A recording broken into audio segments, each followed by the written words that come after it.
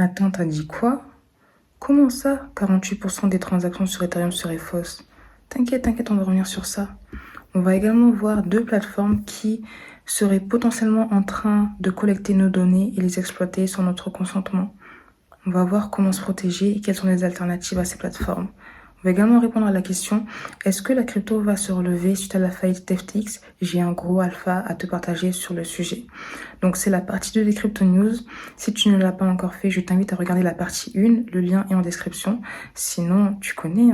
Si tu connais pas, chaque dimanche, on revient ensemble sur l'actualité la plus croustillante autour des crypto-monnaies. Si c'est un sujet qui éveille ta curiosité et ou te passionne de manière incommensurable, tu sais ce qu'il te reste à faire. Maintenant, mets-toi en mode Zeppo, boisson sur le tech, et c'est parti. LFG.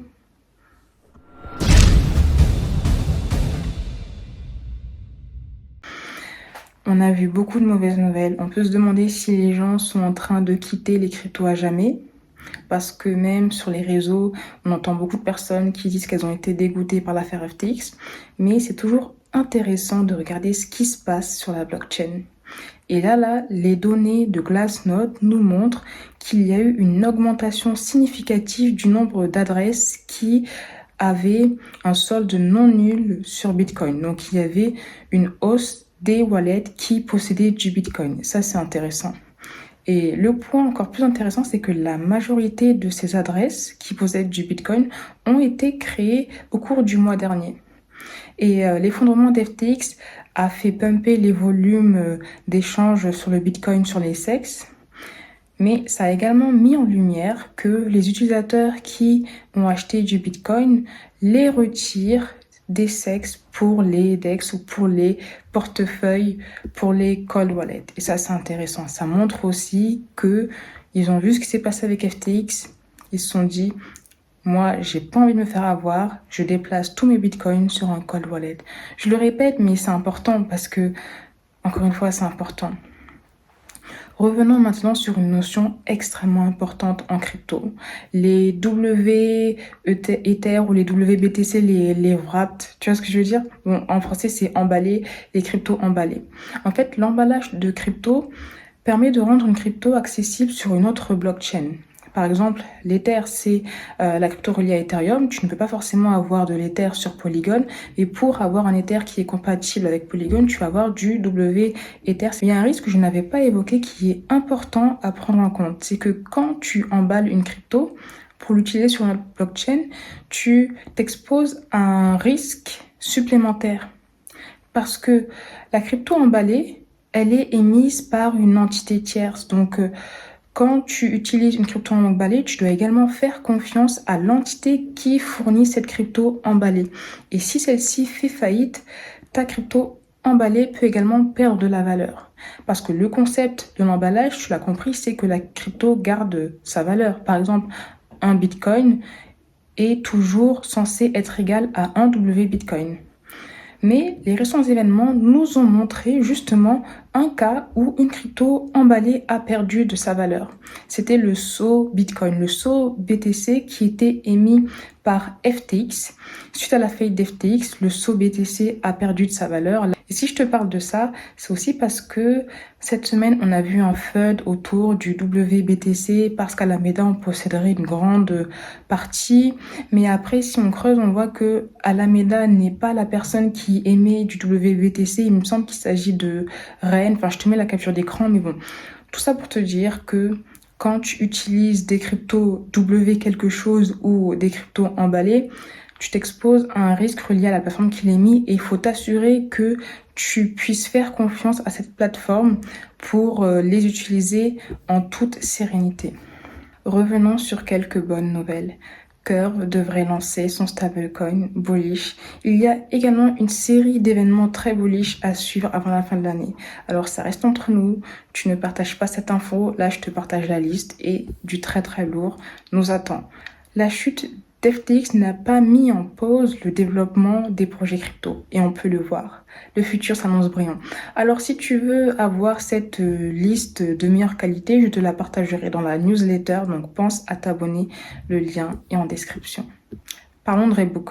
Reebok, c'est un concurrent de Nike et Adidas. Ils ont vu que les refs, ils étaient chauds dans leur délire d'NFT, des plateformes Web3, de métaverse, tout ça. Eux aussi, ils ont dit, tu sais quoi, nous aussi, on va rentrer dans les bails. C'est-à-dire que là, ils ont déposé 2 demandes pour être présents dans le métaverse, le Web3, en fait. Moi, j'ai envie de dire, c'est pas trop tôt, Reebok. T'attendais quoi? On va voir ce qu'ils vont nous proposer. Dans tous les cas, toutes les marques, elles vont venir. C'est pour ça. La chute d'FTX n'a rien ralenti. Parce que les marques, elles voient ce qui est en train de se passer. Autre chose importante, là, je vais parler de ton gars. Franchement, à chaque fois que je parle de lui, il me fait trop rire parce que je pense que tu as le deviné. Le CEO de JP Morgan, le ref, il est chaud en fait. Il est trop chaud. Je pense que c'est une des entités qui est la plus chaude sur la crypto.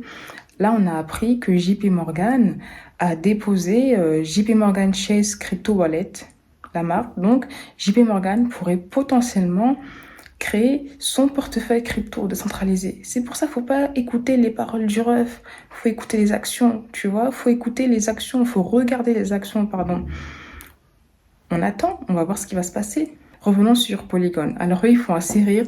Cette semaine, ils ont fait l'annonce d'une annonce. Ils ont annoncé qu'une annonce assez intéressante allait venir. Donc il y a eu beaucoup de rumeurs autour de ça. Suite à cela, on a appris que Magic Eden, qui est la plateforme NFT leader sur Solana, allait s'étendre à Polygon.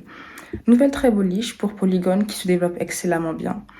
D'ailleurs, une des rumeurs qui était intéressante, c'est que Polygon se démarque avec son cœur violet. Et cette semaine, on a aussi vu YouTube partager un cœur violet. Donc plusieurs personnes faisaient comprendre que Polygon pourrait potentiellement faire un partenariat avec YouTube.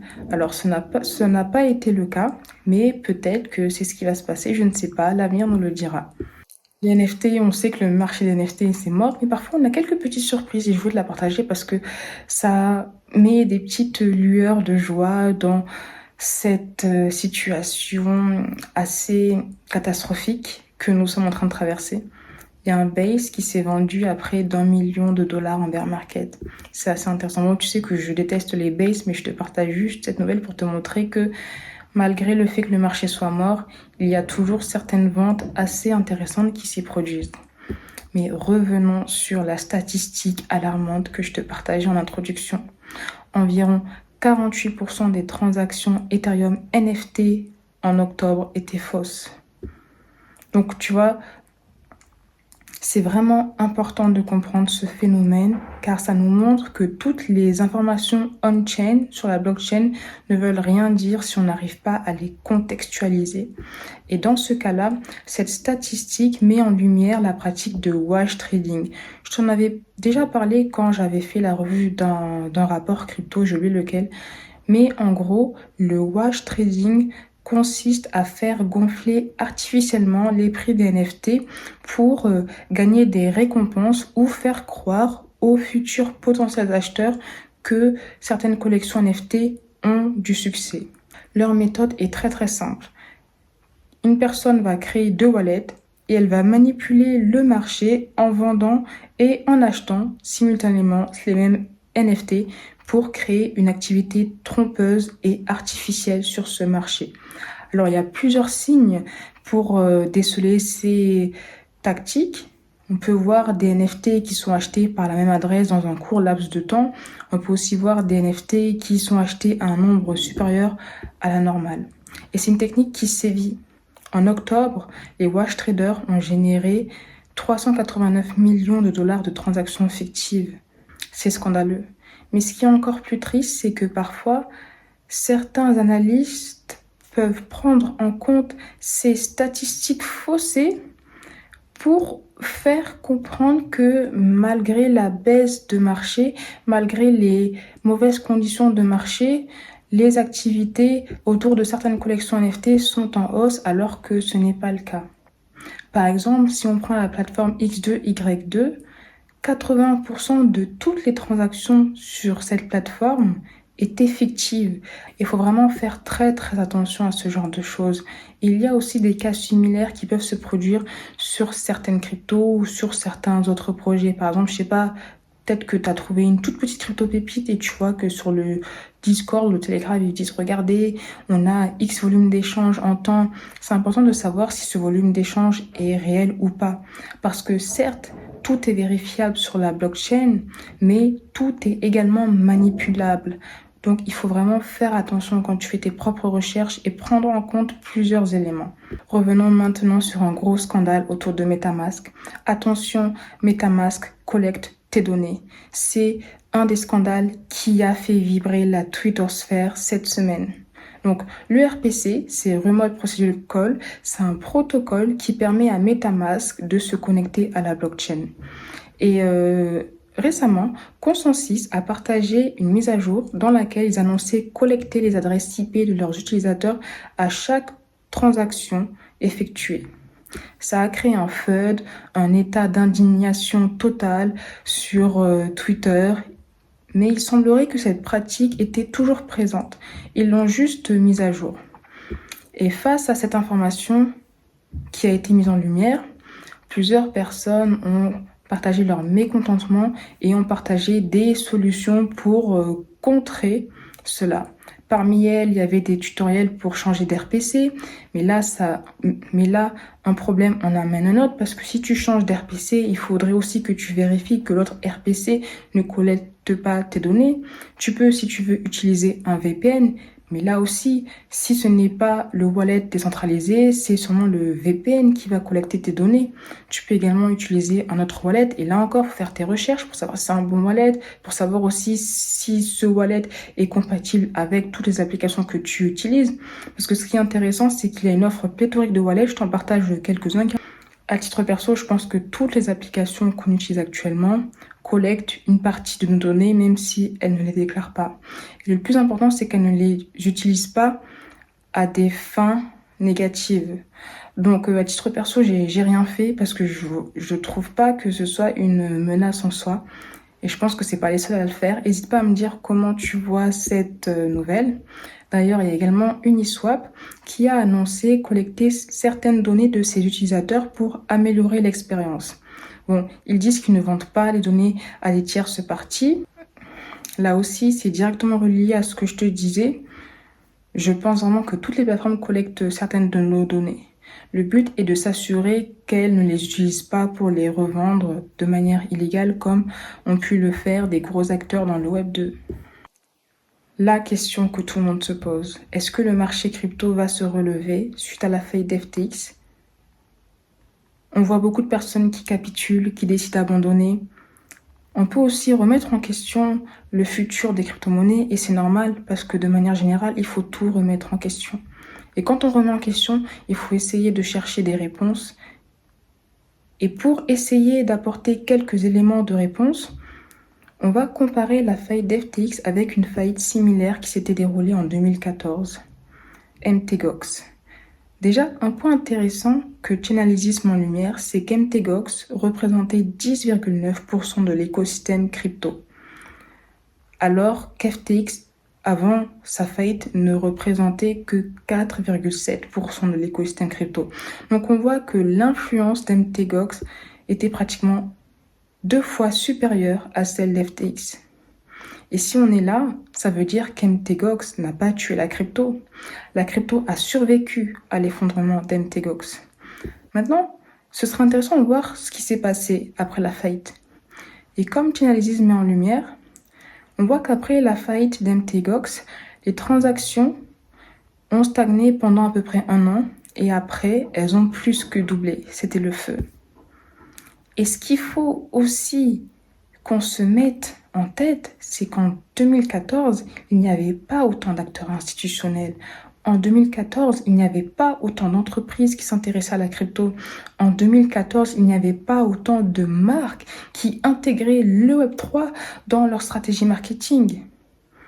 Donc même si dans le ressenti, certaines personnes trouvent que la faillite d'FTX est beaucoup plus violente que celle d'MTGOX, quand on prend vraiment les faits et les données, on se rend compte que si la crypto a survécu après MTGOX, c'est pas FTX qui va tuer la crypto, alors que tous les fondamentaux sont là, alors que même si là, je crois que ça fait peut-être 2 semaines que le crash d'FTX s'est produit, on a toujours des nouvelles entreprises qui nous rejoignent.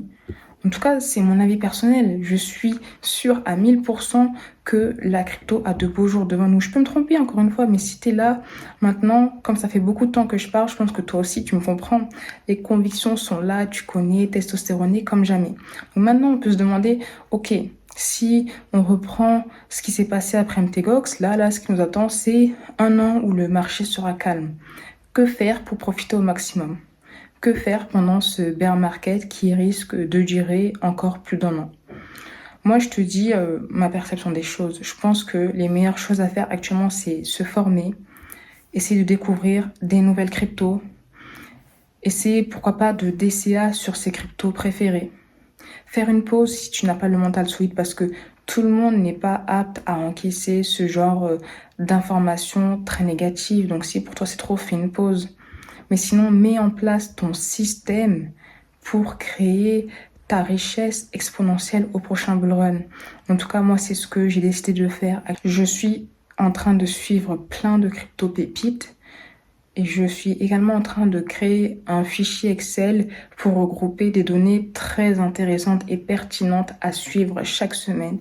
Et quand ce fichier sera prêt, je vais le partager chaque semaine dans le Club Alpha. Il y aura une mise à jour de toutes les cryptos pour vraiment level up en termes d'analyse on-chain. Ça, c'est à coupler à tous les lives qu'on fait chaque dimanche. On se partage aussi des techniques qu'on ne peut pas partager de manière publique parce que si trop de personnes ont conscience d'une technique, ont connaissance d'une technique, après, malheureusement, elle n'est plus aussi pertinente. Mais en tout cas, si ça t'intéresse et si tu veux qu'on passe le bear market ensemble, tu peux rejoindre le Club Alpha. En plus, avant la fin de l'année, là, tu peux avoir une adhésion à vie parce qu'après, en 2023, ça va être un abonnement mensuel. À toi de voir. Tu peux rester de ton côté. Tu peux profiter des vidéos que je fais gratuitement. Mais si tu veux vraiment level up et voir ce qu'on fait de l'autre côté, tu seras le bienvenu. C'est tout pour moi. Peu importe ce que tu fais, merci d'avoir regardé cette vidéo jusqu'à la fin. J'attends tes retours en commentaire. Partage-moi ce qui t'a le plus marqué. Si ce n'est pas encore fait, mets un petit pouce j'aime. Pour te donner de la support, abonne-toi à la chaîne et moi je te dis à très très vite pour une prochaine vidéo.